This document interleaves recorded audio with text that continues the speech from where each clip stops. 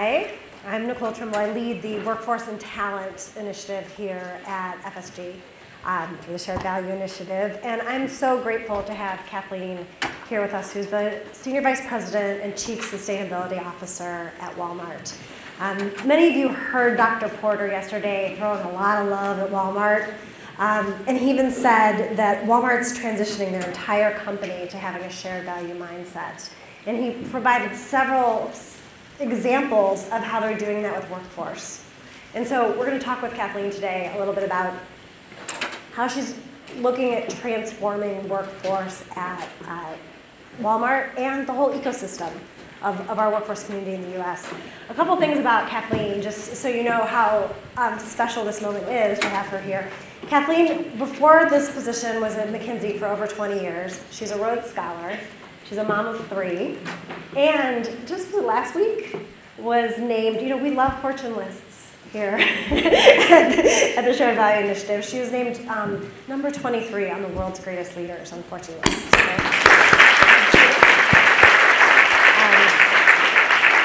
and I think, was Oprah 25?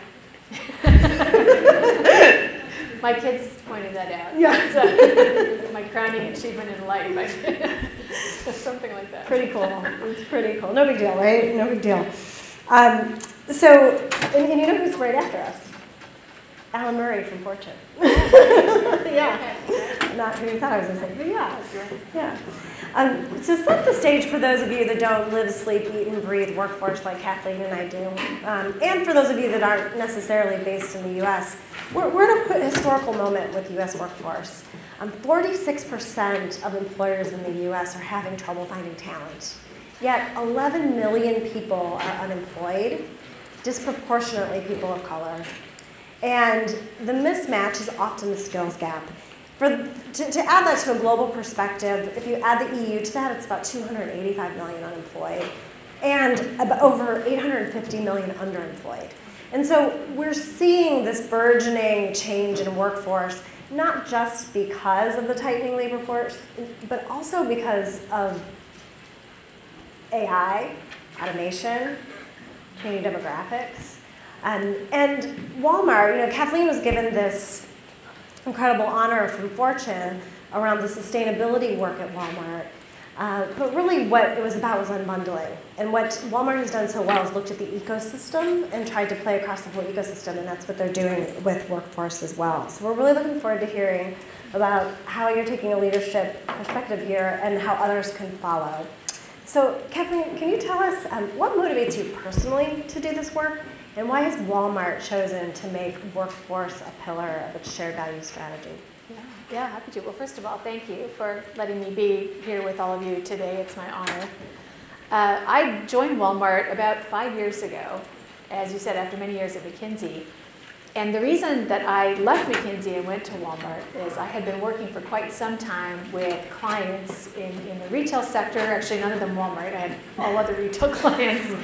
About 2/3 of my work, and then about 1/3 of my work was in the social sector.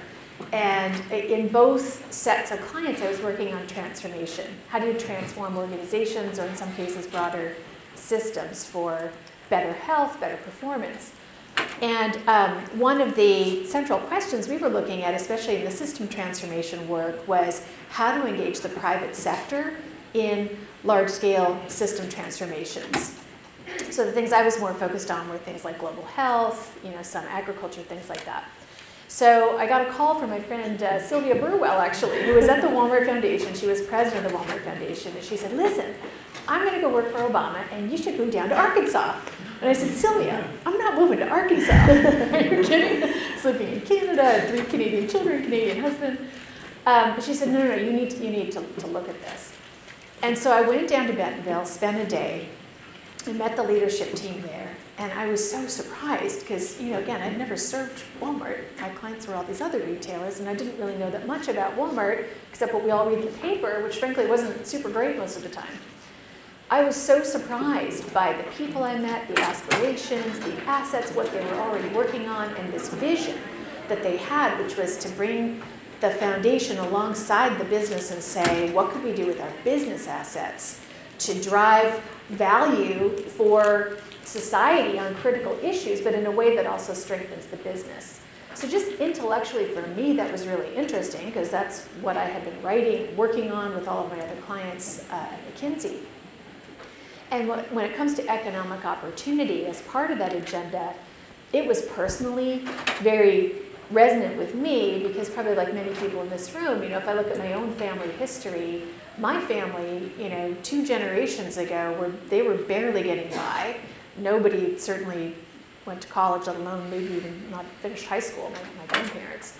And along, over the generations, we've had all of these opportunities just develop. That's the story of a lot of Americans.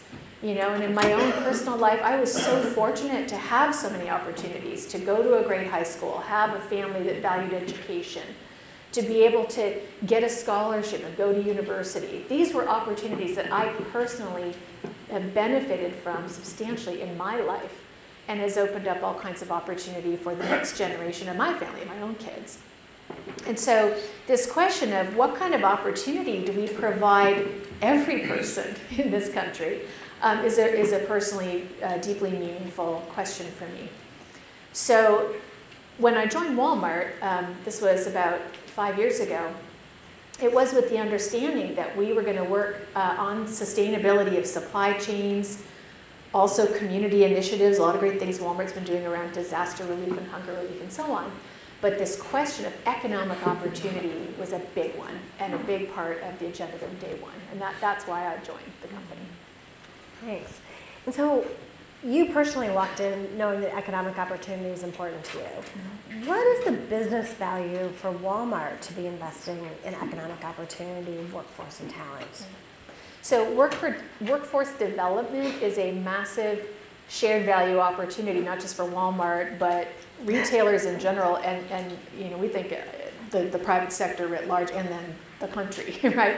And it's probably for many, many obvious reasons I don't need to go into here, but to talk a little bit about Walmart specifically, in 2013, it was a couple years into some commitments Walmart had made around another asset that the company has that can drive economic development, which is the purchase order. And you just heard Elizabeth and some others talking about the value of that purchase order to create economic opportunity for suppliers. The company had made a couple of commitments that were tied to the recession. And they had made those commitments in 2011. So one was to invest an incremental $250 billion in purchase orders in US manufacturing. That's over and above what Walmart was already sourcing, which is most of the products that Walmart sells in any country come from the local market. A lot of people think everything comes from somewhere else, but most of it already does come locally. But it was an incremental $250 billion through a purchase order. They also had made some commitments in 2011 to source from women-owned businesses, and it's how we've come to work with WeConnect and some others. So to source $20 billion from women entrepreneurs over a 5-year period. So they'd already done that. And they were looking at the other big asset, which is people. And in 2013, very heightened level of competitive intensity in retail, partly because of Amazon and e-commerce and the challenge that poses to traditional bricks and mortar retailers. And Walmart, like many other retailers, was in the midst of, and still is, a massive transformation to move from a pure bricks and mortar company to an omni-channel retail company. And the expectations that customers have of the experience in shopping, whether it's online or walking into a store, is much higher now than it was 10, 20 years ago. So the competitive environment was very intense. And as Walmart took a look at the scores they were getting from customers around that experience, it was not great. It was not competitive. It had been a couple years of very sluggish sales growth, and customer feedback around the experience wasn't where it needed to be. And so people sat back and said, okay, we have a business problem, which is how are we going to improve the customer proposition in our stores, let alone e-commerce proposition, multi-channel, everything else we're doing with technology, to really serve the customer the way he and she want to be served. A big part of that is our people, their skill level, their engagement, how they interact with the customer, and we need to lift that up. So that was a business challenge. The societal challenge at the same time was similar, which is around coming out of 2008, to your point, employment levels, the markets were starting to tighten up in terms of labor, but a lot of people sitting out of the labor market and not participating. And what we now know from research that's been done recently by McKinsey and many others is general stagnation in terms of upward economic mobility. You know, McKinsey did this study that they published last year that showed for the first time really in historical memory, in the last decade, 80% of American households have not advanced economically. 80%. It's never been that high. So, you know, we didn't have that information back in 2013, but we had a sense that there was something around mobility. And then if you look at retail specifically, you know, retail historically has had a reputation as the land of the dead-end jobs, right? Low-wage jobs, don't look. It's actually not the case in terms of the opportunity that's presented by the sector. If you look at things like, for example, even at Walmart, 75% of our store managers started as hourly entry-level people. So there's tremendous opportunity to move up, but it's not the experience of everybody.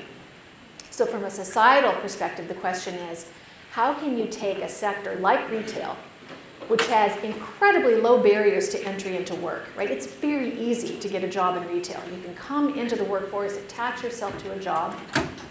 The question is, how can you advance? So in 2013, we spent really the next year talking to a lot of people. Spent time with academics, spent time with workforce development experts, you know, obviously a lot of time with our associates, with people in government, with people in traditional educational institutions, community colleges and universities, more innovative startup companies that were trying to do workforce development, asking the question, what would need to be true for retail to take all of its entry-level roles and make it a more systematic springboard to opportunity and upward mobility. And really all of 2014 we engaged in that. We developed a strategy that had two parts. One was for the company and one was for the Walmart Foundation and what we could do for the retail sector as a whole. And we launched that two-part strategy in February of 2015 at Opportunity Nation. And that was about 3 years ago. We've been really pursuing it in earnest since then, and you know, I could talk more about it if it's of interest. Yeah, no, that's fabulous. But one of the things that you said is that wages or family income has stagnated, but productivity has doubled or tripled, right? And so as we look at automation, as we look at AI, we will continue to have productivity gains. We see this coming. What is Walmart doing to ensure that the workforce can keep up with that? Yeah, well, you know, it's funny, when we started this a few years ago, we weren't thinking about future of work or automation or any of those things that have become such a big part of our discourse now. Those trends just heightened the need to invest in workforce development. What we found and what we put at the centerpiece of our strategies was focus on helping adult workers, incumbent workers, build new skills. So the old world that says, okay, you go to school, and then you get a job, and now you're at work, and off you go. That doesn't work anymore for anyone. It doesn't work for entry-level people, doesn't work for us in advanced positions. So this dynamism in the labor market, the need to evolve the skills that we have and grow and acquire new skills to just sustain where we are, let alone move ahead, that's really core. And so, you know, again, you look at recent studies about what the impact of automation will be. There's a McKinsey Global Institute study, and by the way, I look at other studies too, not just McKinsey ones. I did used to work there. This one is really good, though. This is a good one. This is really good. You know, they did analysis to say, okay, well, what's really going to happen? We've all seen the two extreme scenarios. Sky is falling, all the jobs are going away, the robots, you know, or don't worry, everything's fine. The McKinsey study comes out somewhere in the middle that says, look, this is a massive transformation. It's less about jobs just going away and there's no work. Jobs will have about, you know, as many or more jobs depending on economic growth scenarios. The issue is everything does change. So the skills you need are going to be different. So what we've been doing in the company is embedding the development of people just in the job. You know, if you are a frontline incumbent worker, you can't go back to school. How can you do that? You're working. So what we've done is we've created a Pathways program, which is a very basic retail fundamentals program. First 90 days on the job just helps you basically learn the ropes to get off at a good start. We've raised the starting wage to a minimum of $11. and expanded our benefits because we found stability in that first 18 to 24-month period when you're just starting is critical. So more financial stability to allow you to stick in the job, to retain and get the skills.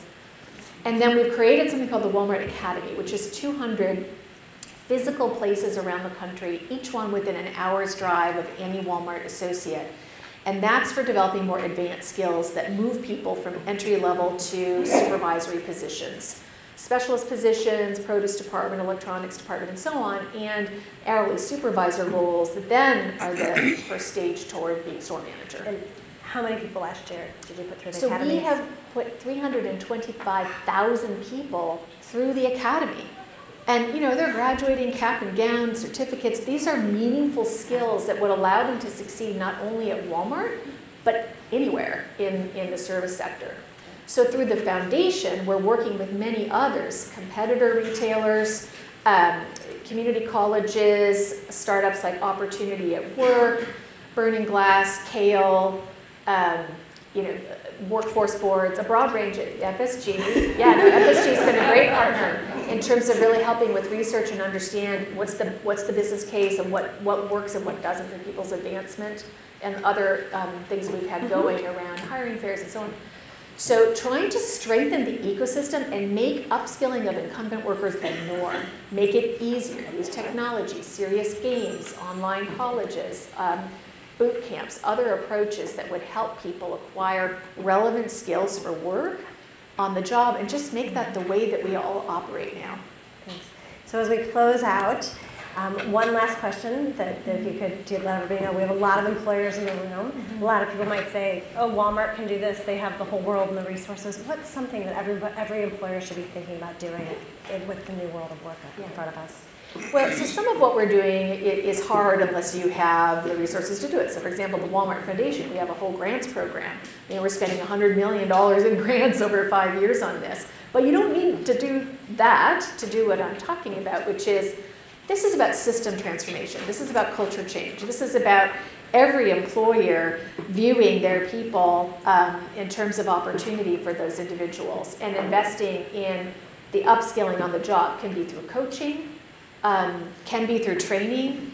There are a lot of resources that communities are making available to help upskill incumbent workers. It has to do with how you hire based on skill and not credentials, how you promote based on skill and not other markers of success. And so there are lots of resources becoming available to help companies of any size take this approach. As I said, our goal is to make this the norm, to make this just the way that everybody works, and we'd be quite excited to share that. One thing I would suggest, there's a group called Rework America, a task force that many people have come together across sectors, and there are many resources available through that. So I'd suggest you take a look at that. It's an initiative out of the Markle Foundation. Take a look at that if you want to learn more about what we mean by skills-based practices as an employer. Thank you, Kathleen, for your inspiration and for bringing us home today. So let's hear it for Kathleen.